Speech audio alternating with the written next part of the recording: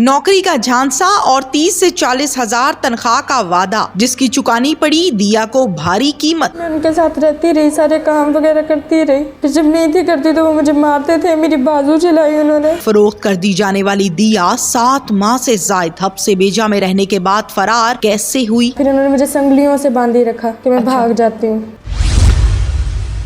एक phone call ने उसे कैसे बाजियाब करवाया? उर्दू पॉइंट की वीडियोस देखने के लिए हमारा चैनल सब्सक्राइब कीजिए और बेल के आइकन पर क्लिक कीजिए ताकि आप हमारी तमाम आने वाली वीडियोस से बाखबर रह सकें।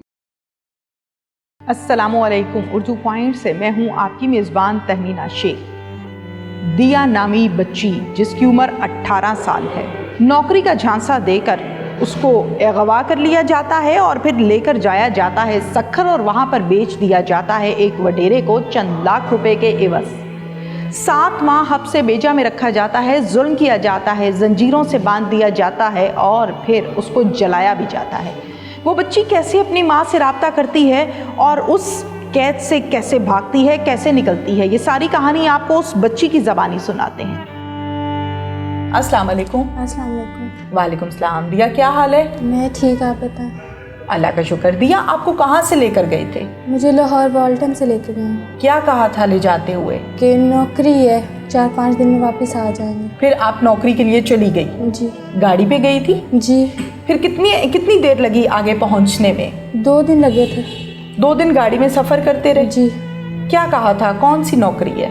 कहते थे कि वडेरों की शादी है, उनका काम है। पैसे भी तय किए थे? जी। कितने पैसे कहा था? ये कहते थे कि 30-40 हज़ार रुपया आ जाएगा एक लोग। अच्छा, फिर आप चले गए? जी। फिर वहाँ जाके कहाँ पे रखा? वहाँ पे एक अम्मा है, उनके घर रखा था इन्होंने। अच्छा, फिर कितनी देर रखा वहाँ पे? 2 दिन रहे। फिर उसके बाद इत्तफाक बट मुझे ले गया था। इन्होंने रास्ते में मुझे चाय पिलाई है, उसके बाद मैं सारे रास्ते में सोती रही हूँ। फिर उनके घर जाके मुझे होश आई जब ये मुझे छोड़ के वापस आ रहा था। मैं काफ़ी रोई, मैंने कहा कि मेरी अम्मी से बात करवाओ, पर इसने मुझे कहा कि मुझे 60-70 हज़ार रुपया दो, फिर मैं तुम्हारी अम्मी से बात करवाऊँगा, यहाँ वापस लेके जाऊँगी। कौन कहता है? इत्तफाक बट। फिर उसके बाद इन्होंने मेरी अम्मी से भी बात नहीं करवाई, मैं उधर रोती रही, मैंने अपनी बाजू काट ली, पर ये लोग मुझे नहीं लेके आए। फिर कुछ नहीं, फिर मैं उनके साथ रहती रही, सारे काम वगैरह करती रही, फिर जब नहीं थी करती तो वो मुझे मारते थे, मेरी बाजू जलाई उन्होंने। कैसे जलाई? आग जल रही थी, उसमें गरम गरम लकड़ी मेरे हाथ पे रख दी। अच्छा, फिर? ये सब कुछ इत्तफाक बट ने किया। इसमें बस मुझे यही धमकी दी हुई थी कि अगर तुम अपने घर वालों से बात करोगी या उनको बताओगी तो फिर तुम्हें ये लोग मार देंगे। तो फिर भी मैंने अपनी अम्मी से चोरी फ़ोन पे बात की कि ये मुझे ऐसे बेच गए। कैसे बात की बेटा? फ़ोन कहाँ से लिया? वो उधर ही थे। मैं रोती थी तो उन्होंने तरस खा के मुझे फ़ोन दे दिया कि अपनी अम्मी से बात करो। कोई उनके घर आए हुए थे? जी। अच्छा, जिनके घर आपको रखा था उनका क्या नाम है? रियाज नाम है। क्या नाम है? रियाज। रियाज कोई वडेरे हैं, कोई बिजनेसमैन है, क्या है? कुछ भी नहीं है। अच्छा, उसके घर पर रखा था, ठीक है। उसको आपने कहा कि मुझे फ़ोन दें, मैंने अम्मी को रब्ता करना है। नहीं, ये लोग मुझे बेच के रियाज के पास गए थे। अच्छा, रियाज के पास बेच दिया था? कितने रुपए में? 1,70,000 में। आपको ये बात कैसे पता चली कि इन्होंने आपको बेच दिया है? रास्ते में या वहाँ पहुँच के? वहाँ पहुँच के जब उन्होंने पैसे दिए इसको। आपके सामने दिए? जी। फिर अम्मी को फ़ोन करके क्या बताया? अम्मी को मैंने 4 दिन बाद फ़ोन किया था कि ये मुझे ऐसे बेच गए, इसको बोले कि मुझे वापस लेके जाए, मैंने नहीं रहना यहाँ पे। कुछ ज़बरदस्ती इस दौरान आपका निकाह भी करवाया? नहीं, कहते थे पर मैंने किया नहीं। बहुत मारते थे? बहुत मारते थे। खाना देते थे? 1 टाइम का देते होते थे, वो भी सिर्फ खुश्क रोटी। तो आप उस घर से बाहर क्यों नहीं निकली? मैं भागी हूँ, पर क्या नाम लेते हैं, मैं भागी हूँ पर इन लोगों ने फिर मुझे पकड़ लिया। कहाँ भागी? घर से बाहर भागी थी? कोशिश की थी? बाहर भागी थी मैं। अच्छा, फिर? पर वहाँ पे कोई भी मतलब बाइक वगैरह नहीं है, जिसकी वजह से उन्होंने फिर मुझे पकड़ लिया। ओहो, फिर आगे फिर मारा? फिर उन्होंने मुझे संगलियों से बांधी रखा कि मैं भाग जाती हूँ। फिर अम्मी से कैसे मुलाकात हुई? फिर कैसे निकली वहाँ से? अम्मी को मैं तंग करती हुई थी फ़ोन करके कि मैंने नहीं रहना, मैं अपने आप को कुछ कर लूँगी, आप लोग नहीं आ रहे। फिर ये गई हैं, हिम्मत करो बेटा। मदद की है। फिर मैं आ गई हूँ वापस। नाज़रीन, दिया के साथ जो भी हुआ वो दिया ने बताया है, सुनाया है अपनी ज़बानी। इनकी वालिदा क्या कहती हैं, वो कैसे पहुंची इन तक, उनसे बात करते हैं।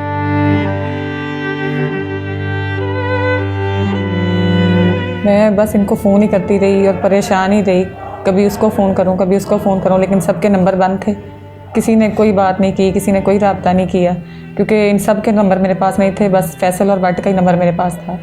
तो मैं कभी फैसल को कभी भट्ट को ही फ़ोन करती रही। बाकी ये अली मोहम्मद और समीना बीबी और जैनी, इनके नंबर मेरे पास नहीं थे। ये कौन लोग हैं जिनके आप नाम ले रही हैं? ये इन्हीं के साथ जो है मुलब्बस हैं। मैं इनको जानती तो नहीं, हाँ। लेकिन ये है कि ये आपस में एक दूसरे के नाम जब बुलाते थे या इकट्ठे थे तो बस ना। आप इनको जानती कैसे हैं? कोई पहले भी मुलाकात थी इनसे या फर्स्ट टाइम कब पता चला? जी, ये फैसल और भट्ट जो हैं, इनका ऑफिस था भट्टा चौक पे। ये घरों में काम शाम मैं करती हूँ। तो अच्छा। ये उसी सिलसिले में मिले थे कि काम शाम है, तो मैंने कहा कि इसके लिए काम है, तो मैंने कहा सुबह से शाम तक हो जाए और साथ साथ जाएगी तो काम भी सीख जाएगी। हाँ जी। ठीक है। तो उन्होंने कहा जी काम है, तो हम लोग ना कह के उन्होंने मुल्तान तक ही गए हैं कि हम मुल्तान तक जा रहे हैं, 4-5 दिन का काम है, वहाँ किसी वडेरे की शादी है, हम काम करेंगे, हम सबको कोई 30-40 हज़ार रुपया आ जाएगा। ठीक है। इसने कहा मामा हमें पैसे मिल जाएंगे, तो आप ना परेशान हो, क्योंकि मैं उन दिनों काफ़ी बीमार भी थी, तो आप ना परेशान हो। मैंने कहा इतनी दूर जाने के लिए, मैंने कहा मेरा नहीं दिल मानता, तो मैंने कहा तुमने कभी निकली नहीं हो ये वो।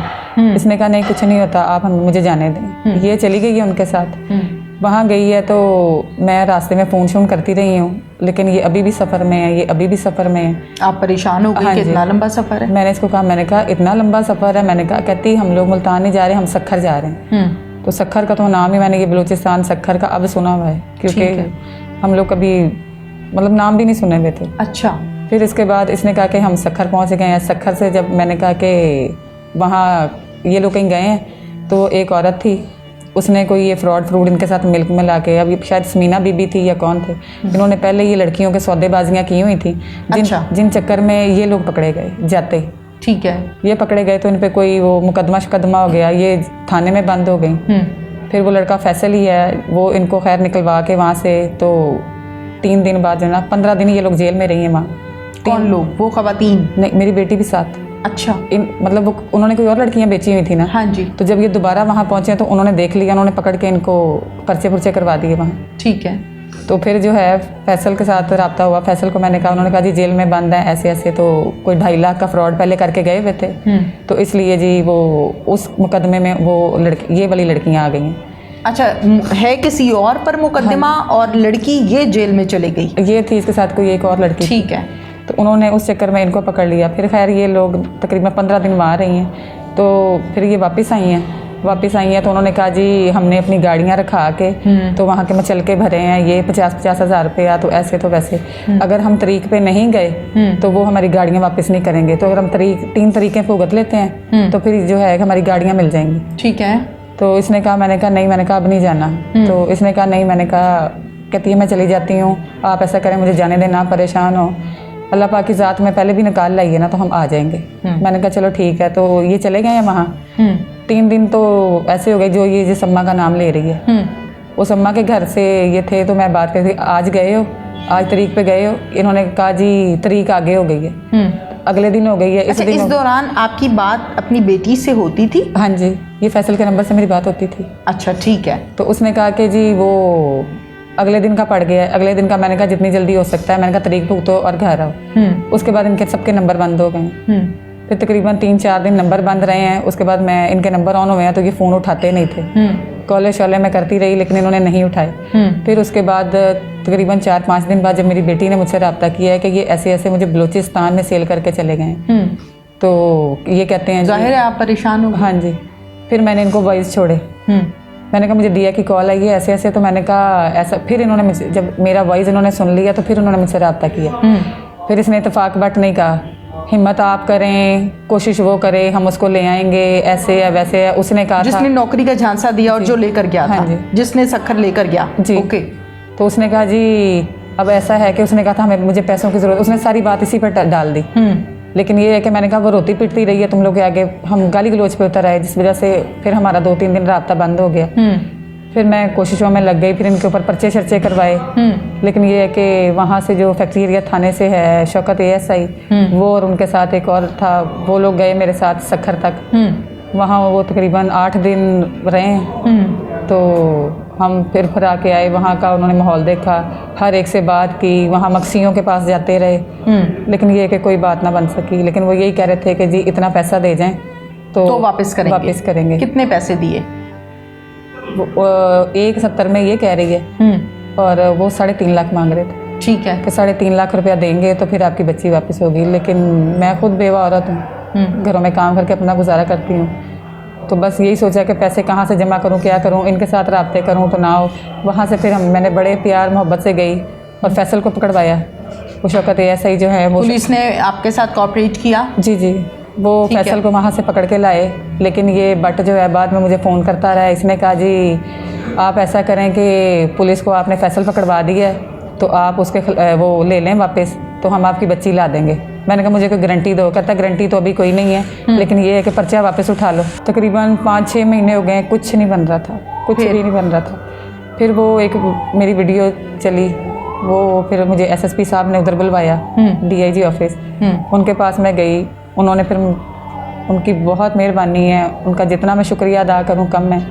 उन्होंने बच्ची बरामद करवा दी। 1 महीने के अंदर जो है उन्होंने अपनी टीम भिजवा के मेरी बच्ची जो है वो बाज़ाब करवा दी। वरना मैं तो कभी सोच ही नहीं सकती थी कि मैं अपनी बच्ची की दोबारा शक्ल देखूंगी।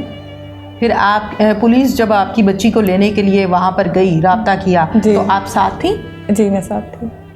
आपकी बच्ची किस हालत में थी जब आपने फर्स्ट टाइम देखा 7 माह के बाद? इसकी बहुत बुरी हालत थी और ये काली स्याह हुई थी। अब तो इसको 4-5 दिन हो गए हैं। फटे हुए कपड़े थे, पाँव में जूती भी टूटी हुई थी कि ये जूती इसको रास्ते से मैंने लेके दी थी। लेकिन इसका बहुत बुरा हाल था और खाने पीने के लिए कुछ नहीं था।